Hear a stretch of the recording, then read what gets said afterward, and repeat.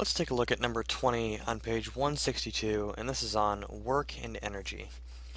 So this particular problem asks us, or says, a baseball that has a mass of 140 grams, traveling at 32 meters per second, moves a fielder's glove backward 25 centimeters when the ball is caught. What was the average force exerted by the ball on the glove? Well, as always, let's first write down what we're given.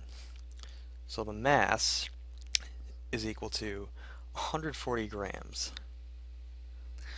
The velocity is equal to 32 meters per second. And let's see what else they give us. They give us the distance of 25 centimeters. Well, in physics, we don't use grams or centimeters. It looks like we're going to have to do some converting.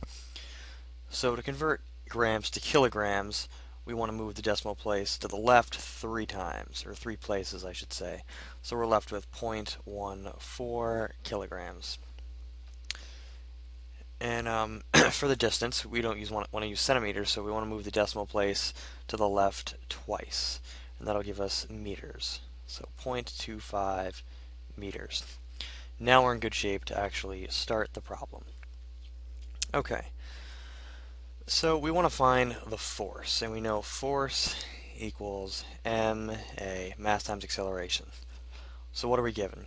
Well, we have the mass. We know that's 0.14 kilograms, but to find the force, looks like we need the acceleration. And since we have a velocity and a distance, or x, it looks like we can use a kinematic equation to find the acceleration.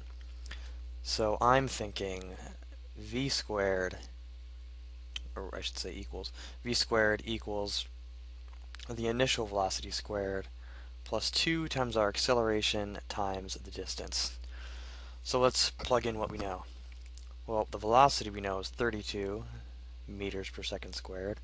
I won't add the units for now, but I recommend you do that on a test or quiz. But the initial velocity is 0, and we have 2 times our acceleration, which is our unknown, that's what we're solving for, times our distance, 0.25. Well, let's just clean up this right side a little bit. So we have, what's 32 meters? 32 squared would be, let's see, that's going to be 1,024. So 1,024 equals 0.5a. Okay, and then we divide by 0.5, which is essentially multiplying by 2, and that gives us 2,048 meters per second squared. Don't forget the squared. So now we have our acceleration. Now let's go ahead and plug that into the force formula, and we should be pretty good. So let me do that down here actually.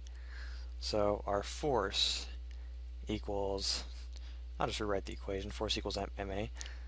So force equals our mass, 0.14, times 2,048. And that equals, let's see, 286.7 newtons.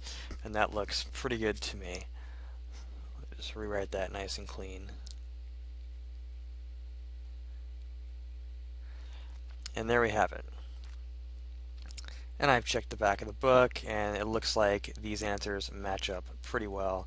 So hope this helps.